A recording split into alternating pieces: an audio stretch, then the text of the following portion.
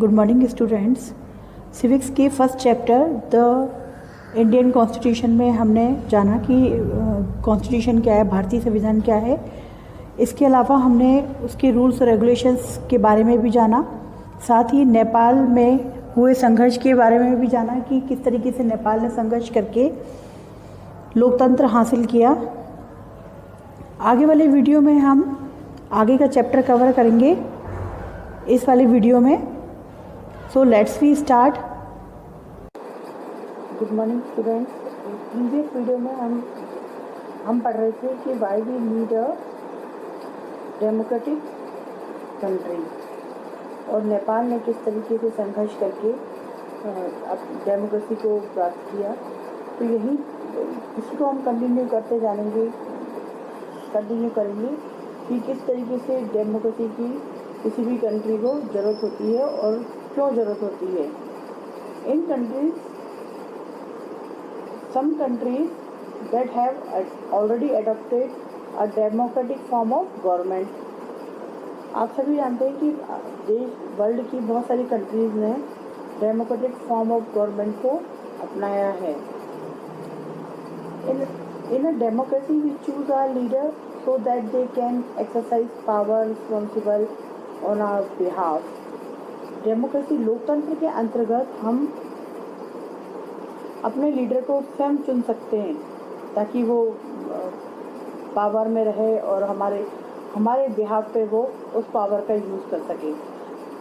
हाँ, लेकिन फिर भी कई बार ऐसा होता है, however there is always the possibility that these leaders might misuse their authority and the constitution usually provides safeguards against this. लेकिन फिर भी कई बार इसके विपरीत कई बार ऐसा होता है कि ये पॉसिबिलिटीज बनती हैं कि ये जो लीडर्स होते हैं शक्ति में आने के बाद उस अथॉरिटी को मिसयूज़ कर सकते हैं।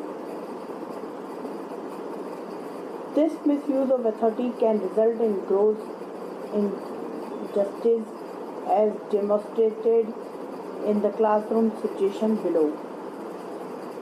कई बार जो मिसयूज़ होता है अथॉरिटी के द्वारा और उसके कारण भेदभाव की स्थिति उत्पन्न हो जाती है, उसी को यहाँ पर दर्शाया गया है। क्लासरूम में एक सिचुएशन है, उसको यहाँ पर बताया गया है।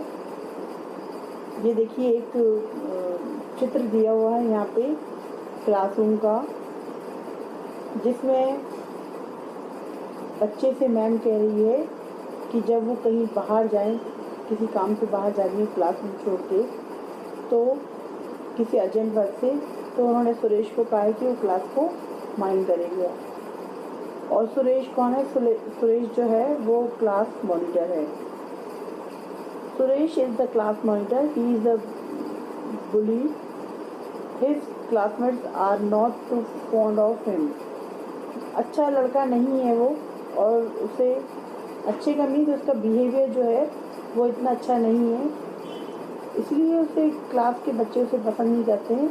मिसेज राव जो कि क्लास टीचर हैं, has to leave the classroom on some urgent work. उन्हें किसी ज़रूरी काम से क्लासरूम छोड़ना पड़ रहा है। She asked Suresh to mind the class. Suresh start speaking on Anil. Suresh को उन्होंने क्लास माइंड करने को कहा है और आप ये देखो दोनों बच्चों में वार्तालाप हो रही है। ये Anil, today I am going to report you to Mrs Rao, but what I done. वो ऐसे ही अपनी अथॉरिटी का, अपने पावर का मिसयूज़ करते हुए कह रहा है कि मैं मिसेस राव यानी कि क्लास टीचर से उसकी शिकायत करेगा, जबकि वो कह रहा है कि मैंने क्या किया है। Ma'am, while you were away, Anil kept talking loudly and disturbing the class. He would not listen to me. देखो, उसने अपनी शक्ति का कितना मिसयूज़ किया। उसने झूठ बोला, उसने अपनी पावर को मिसयूज़ किया। वो उस बच्चे की मैम से शिकायत कर रहा है कि मैम, अनिल जब आप बाहर चली गई थी तो अनिल पूरी क्लास को तेज बातें करके क्लास को डिस्टर्ब कर रहा था और वो मेरी भी नहीं सुन रहा था। इस तरीके से उसने अपने पावर का मिसयूज़ किया। Anil, you will have to stay back after school today and write I will not disobey the class monitor 100 times. But ma'am, फिर बच्चा क्या कह रहा है? But ma'am I did not do anything. Ma'am उसे डांट रही हैं, क्लास टीचर मैम जो है वो उसे डांट रही हैं कि मैंने 100 बार कई बार मॉनिटर ने 100 टाइम्स तुम्हारे बारे में कुछ भी कहा है गलत, और तुम उस बात को सुनते नहीं, तुम गलत काम करते हो और ना तुम मॉनिटर का कहना मानते हो। लेकिन वो बच्चा जैसे कि वो गलत नहीं है और मैम से कह रहा है कि मैम मैंने कुछ नहीं किया, ma'am I did not do anything, मैंने कुछ नहीं किया। तो इस तरीके से क्या होता है कि जब संविधान में जो हमारा कानून है, एक हमारी किताब है, उस किताब में हमारे देश से रिलेटेड कानून कायदे लिखे हुए हैं, तो उसको ही हमें फॉलो करना पड़ता है। लेकिन कई बार क्या होता है, जिस लीडर को हम चुनते हैं एज ए रिप्रेजेंटेटिव, वो उस पावर का, उस शक्ति का मिसयूज करता है। आगे हम इसको कंटिन्यू करेंगे। In democratic societies the constitution often lays down rules that guard against this misuse of authority by our political leaders. मैंने जैसे कि आपको ऊपर की सिचुएशन को देखते हुए मैंने बताया कि डेमोक्रेटिक सोसाइटीज़ में the constitution often lays down rules that guard against the misuse of authority by our political leaders. हमारे संविधान का जो in democratic societies the constitution often lays down rules that guard against this misuse of authority by our political leaders. देखो, ये authority जो है, इस authority का पॉलिटिकल लीडर्स कई बार मिसयूज करते हैं। लेकिन लोकतांत्रिक समाजों में प्राय संविधान जैसे नियम तय करता है जिनके द्वारा राजनेताओं के हाथों सत्ता के दुरुपयोग को रोका जा सकता है। हमारे संविधान में ऐसे बहुत सारे हमारे जो राइट्स हैं, हमारे जो फंडामेंटल राइट्स हैं, उनको बताया गया है, ताकि वो बनाए इसलिए गए हैं ताकि किसी भी दलित के साथ, किसी भी कमज़ोर वर्ग के साथ कोई भी मिसबिहेव ना हो। क्या आपको कक्षा क्लास 7 की बुक में दिए गए दलित लेखक ओम प्रकाश वाल्मीकि के अनुभव की कुछ याद है? लास्ट ईयर की 7th क्लास की बुक में दलित राइटर ओम प्रकाश वाल्मीकि के एक्सपीरियंस के बारे में बताया हुआ है कि किस तरीके से उन्होंने क्लास में या पढ़ते वक्त उन्होंने उनके साथ जो भेदभाव किया जाता था, उनके साथ जो डिस्क्रिमिनेशन किया जाता था, उसको उन्होंने झेला। इंडियन कॉन्स्टिट्यूशन गारंटी देता है the right to equality all persons. वो ये बताता है कि सभी लोग कानून की नज़रों में समान हैं, and says that no citizen can be discriminated against on grounds of religion, race, caste, gender and place of birth. किसी भी भारतीय के साथ या किसी भी पर्सन के साथ हमारे जैसे कि कानून में लिखा हुआ है कि डिस्क्रिमिनेशन नहीं किया जा सकता on the basis of race, caste, gender and place of birth. उसके जन्म के स्थान को लेकर, उसकी जाति को लेकर, उसके लिंग को लेकर। इस तरीके से संविधान हमारे मौलिक अधिकारों की रक्षा करता है। The right to equality is one of the fundamental rights guaranteed by the Indian constitution. समानता का अधिकार जो है वो हमारे संविधान की एक खास विशेषता है, जिसमें सभी लोगों को कानून की नज़रों में समान माना गया है, चाहे वो अमीर हो, चाहे गरीब हो, या किसी भी जाति को बिलोंग करता हो, किसी धर्म को बिलोंग करता हो। लास्ट ईयर की 7th क्लास की बुक में दलित राइटर ओम प्रकाश वाल्मीकि के एक्सपीरियंस के बारे में बताया हुआ है कि किस तरीके से उन्होंने क्लास में या पढ़ते वक्त उन्होंने उनके साथ जो भेदभाव किया जाता था, उनके साथ जो डिस्क्रिमिनेशन किया जाता था, उसको उन्होंने झेला। इंडियन कॉन्स्टिट्यूशन गारंटी देता है the right to equality all persons, वो ये बताता है कि सभी लोग कानून की नज़रों में समान हैं, and says that no citizen can be discriminated against on grounds of religion, race, caste, gender and place of birth. किसी भी भारतीय के साथ या किसी भी पर्सन के साथ हमारे जैसे कि कानून में लिखा हुआ है कि डिस्क्रिमिनेशन नहीं किया जा सकता on the basis of race, caste, gender and place of birth, उसके जन्म के स्थान को लेकर, उसकी जाति को लेकर, उसके लिंग को लेकर। इस तरीके से संविधान हमारे मौलिक अधिकारों की रक्षा करता है। The right to equality is one of the fundamental rights guaranteed by the Indian constitution. समानता का अधिकार जो है वो हमारे संविधान की एक खास विशेषता है, जिसमें सभी लोगों को कानून की नज़रों में समान माना गया है, चाहे वो अमीर हो, चाहे गरीब हो, या किसी भी जाति को बिलोंग करता हो, किसी धर्म को बिलोंग करता हो। Another important function that a constitution plays in a democracy is to ensure that a dominant group does not use its power against other less powerful people or groups। हमारा constitution, जो हमारा संविधान है, वो democracy में एक और महत्वपूर्ण भूमिका अदा करता है। कैसे कि अगर कभी ऐसी सिचुएशन बनती है कि मेजॉरिटी ग्रुप के लोग अगर किसी माइनॉरिटी ग्रुप के लोगों के ऊपर या ग्रुप के ऊपर डिस्क्रिमिनेशन करते हैं या अपनी शक्तियों का दुरुपयोग करते हैं, तो वो उनके खिलाफ कदम उठा सकते हैं। The story board people demonstrate one such situations in the classroom. एक यहाँ पे स्टोरी बताई हुई है क्लासरूम की। The games period is about to begin. खेल का जो पीरियड है वो शुरू होने वाला है। उसी सिचुएशन में यहाँ देखो बॉयज़ जो है वो ज़्यादा हैं और गर्ल्स जो है वो कम हैं। अब गर्ल्स चाहती हैं कि वो बास्केटबॉल खेले और बॉयज़ चाहते हैं कि वो क्रिकेट खेले। तो टीचर जो है वो कहती है कि जो क्रिकेट खेलना चाहता है वो अपने हाथ ऊपर करो और जो बास्केटबॉल खेलना चाहता है वो अपने हाथ ऊपर करो। अब जैसे कि संख्या कम है गर्ल्स की, तो फिर से बॉयज़ जीत जाते हैं। इस तरीके से ये सिचुएशन मेजॉरिटी को दर्शाती है। तो इसी सिचुएशन का ध्यान रखते हुए हमारे संविधान में एक महत्वपूर्ण बात बताई हुई है कि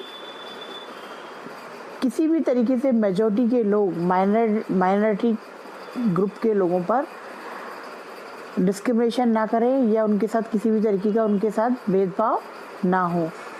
सच unhealthy situation can occur in democratic societies to.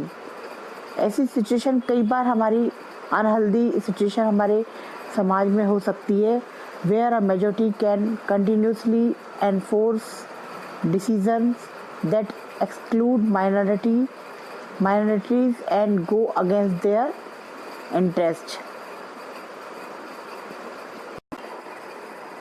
कई बार मेजॉरिटी ग्रुप के द्वारा मेजॉरिटी मीन्स क्या होता है, अधिक मोर इन नंबर्स, एंड माइनॉरिटी मीन्स क्या होता है, less in number.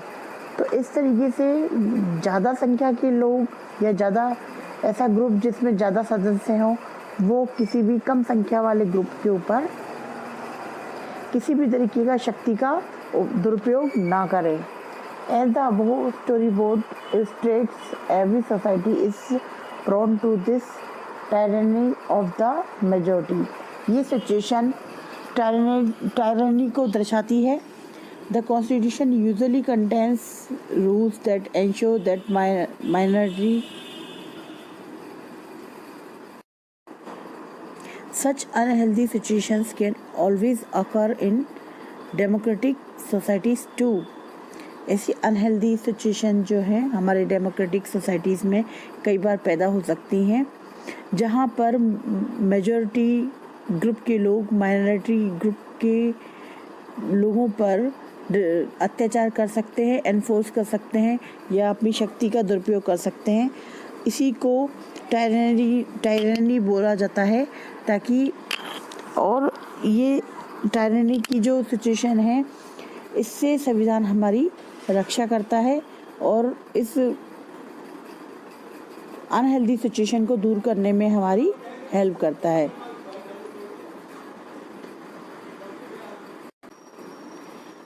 Another reason why we have a constitution is precisely to prevent this tyranny or domination by the majority of a minority। तो ये सिचुएशन एक रीज़न और भी है हमारे कॉन्स्टिट्यूशन का होने का कि हमें कॉन्स्टिट्यूशन की ज़रूरत क्यों पड़ती है।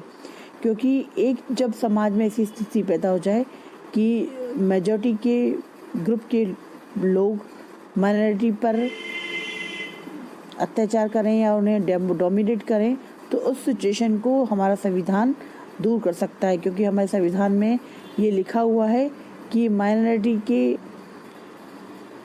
पर होने वाले अत्याचारों को या डोमिनेटिंग वाली सिचुएशन को वो कभी भी होने नहीं देगा।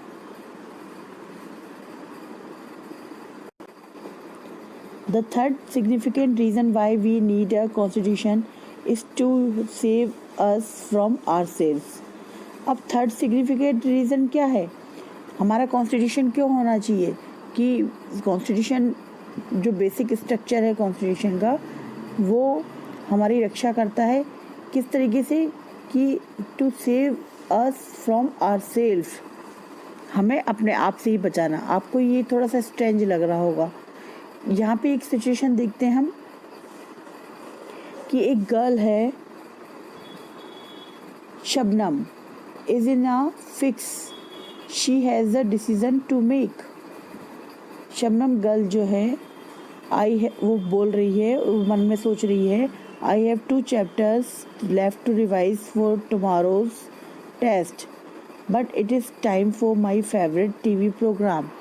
I am dying to watch it, but if I do that I won't have time to finish my revision।